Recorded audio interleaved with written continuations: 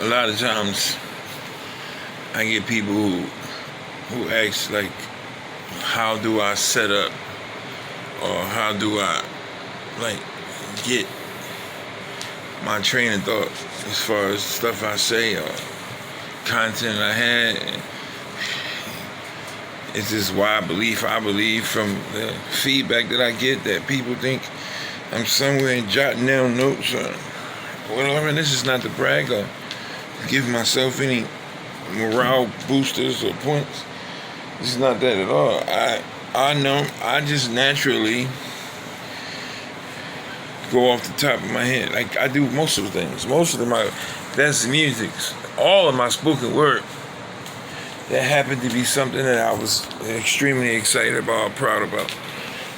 I'm upset. It all generates, excuse me for itching and scratching, these antibiotics is fucking killing me, is making me itch and hungry, and eating everything alive.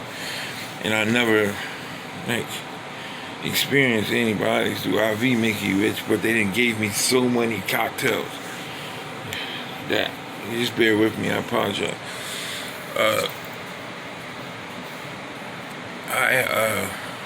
I don't write anything down. I go from the top of my head because I'm understanding that preparation isn't the same thing as delivering a message from God. It's not the same thing. When I prepare, I give myself the ability to filter things out. I give myself the ability to say how I'm going to do something, the manner in which I'm going to do it, my mannerism, my speech, my tone, all of that. And I found out that when I just go from a place of my soul, it generates information that comes from my soul, which in turn can only be given through God, because He's the one that is in charge, or the creator of souls. Kind of deep, but yeah, God is the one who owns my soul and created it. Therefore, anything that my soul feeds on will come from Him.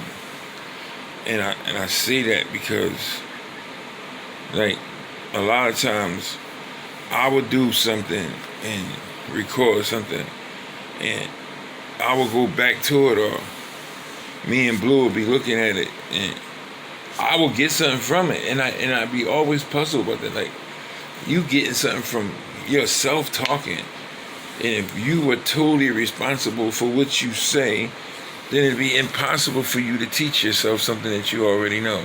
I'll let that settle for a minute. If I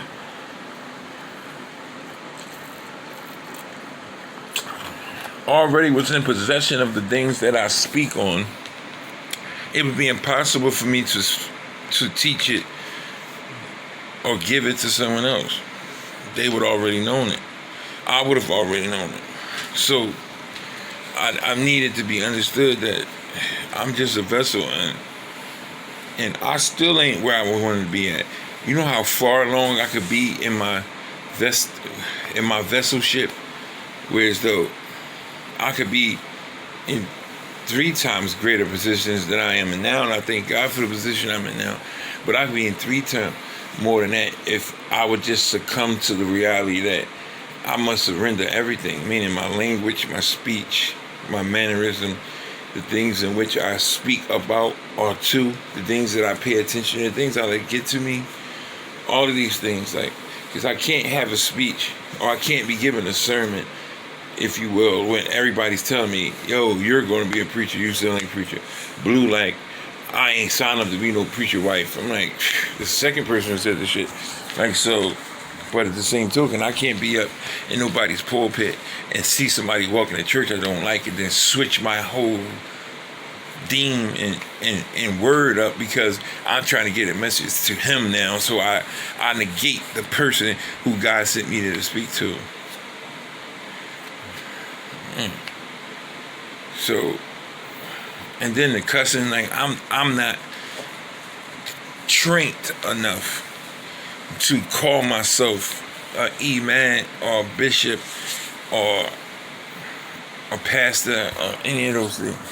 I'm just a person who real, and I'm a person who sees God work on my own self so intensely that I had, if I didn't believe in God, it would be impossible for me not to understand or realize that the things that is happening to me, there's only one thing that could be possibly responsible for this drastic change in the way I think.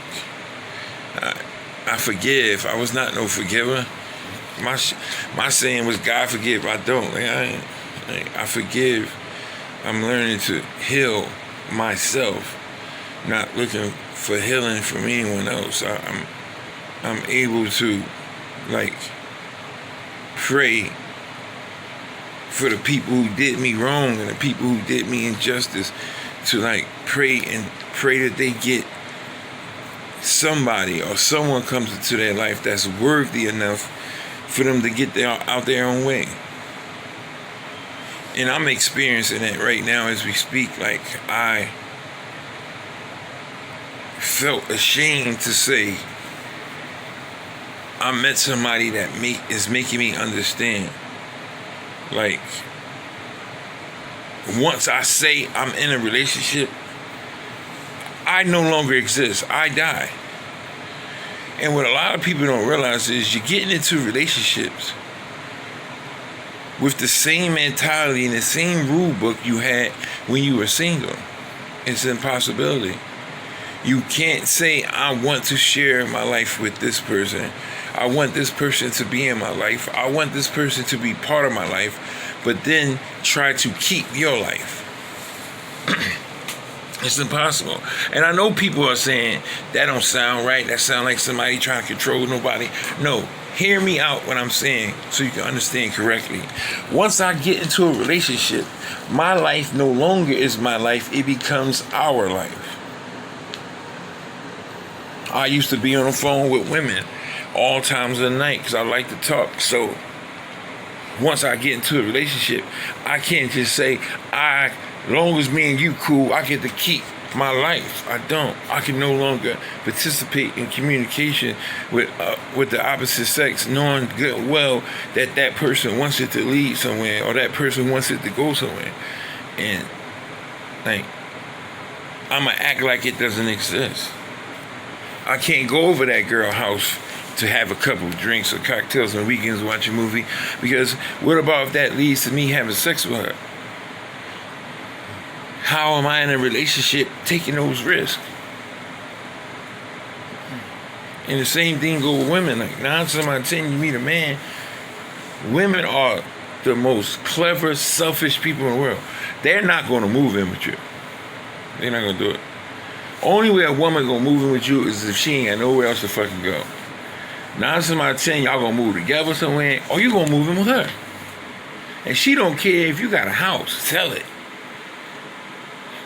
But I want you to be with me. How can you ask somebody, invite somebody into your space, and you saying, I want you to be part of me in my life, and I want this to not be mine anymore, I want it to be ours. And it's still drawers he can't go in. It's stuff he can't use. He can only use the cleaning products that you pick out. Like you don't want to be in a relationship. You might as well just be single. Just be single. That way you ain't got to worry about sharing. What a word. Sharing. I might be older gentleman, not a young chicken or no old goose, but I'm in between. And I'm realizing I got to share. Yeah, money, space, things that I've been through, experiences, valuables, bathroom, kitchen. I got to share. And I thank God that I'm in these situations, because it's Now, instead of me feeling ashamed that I say I finally met somebody who makes me realize that I have to change. I have to change. Not just some stuff. I have to change everything that I did when I was by myself. Because I no longer am by myself. I am with someone who makes my stuff, our stuff, and makes her stuff, our stuff, and makes her space, our space. Like always, I didn't even think that that was going to make that turn, but I'm in a good space. I'm feeling great. So remember, if no one told you they love you, I do. And if you never, ever, ever think of anything else, wake up and realize today can be a great Sunday on purpose. And not only can today be a great Sunday on purpose, you also can have everything that you deem to be important and special. And know that if you choose to be miserable, that's exactly what you've done. You chose to be miserable because you always have the option to get rid of the things that make you miserable. To God be the glory, Decopbo 1.